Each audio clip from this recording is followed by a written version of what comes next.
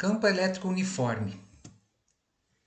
Disse que uma região apresenta campo elétrico uniforme quando, em qualquer ponto dessa região, o vetor campo elétrico apresenta intensidade, ou seja, o valor numérico associado à unidade, direção e sentidos constantes.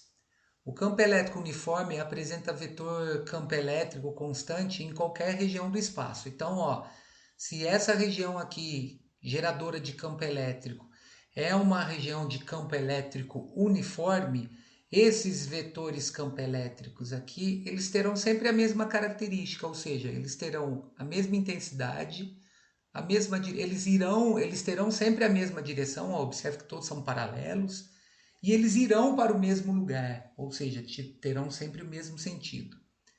Em casos assim, as linhas de campo são segmentos de retas paralelos, aqui são as linhas de campo, o cinza, igualmente espaçados, essa distância aqui é sempre constante, tá? E orientados todos no mesmo sentido, aqui no caso está tudo orientado para a direita. Como é que eu faço para gerar campo elétrico uniforme? Basta eu ter duas placas planas eletrizadas colocadas paralelamente. Então, tem duas placas planas paralelas aqui, uma eletrizada com carga elétrica positiva e uma eletrizada com carga elétrica negativa. Então, no conceito de campo elétrico, eu gero campo elétrico de afastamento para cargas positivas e campo elétrico de aproximação para cargas negativas. Então, se elas estiverem eletrizadas com o mesmo módulo de carga, né, o mesmo valor associado às positivas e às negativas, eu vou ter a geração do campo elétrico uniforme aqui entre essas placas. Então, para a produção de um campo elétrico uniforme, é necessário o uso de duas placas grandes, planas, paralelas, próximas uma da outras e carregadas com cargas de mesmo módulo e de sinais contrários.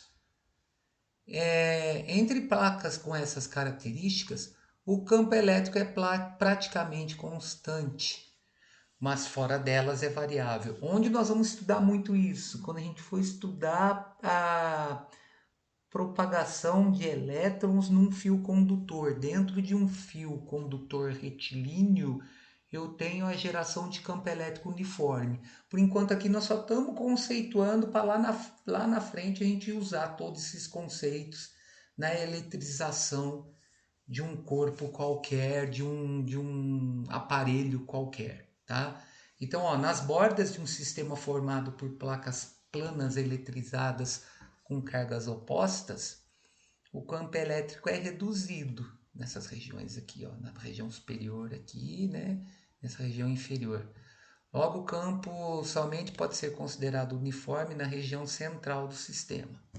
Beleza, pessoal? Daqui a pouco eu vou voltar com a determinação do campo elétrico, ou seja, nós vamos quantificar isso. Um abraço.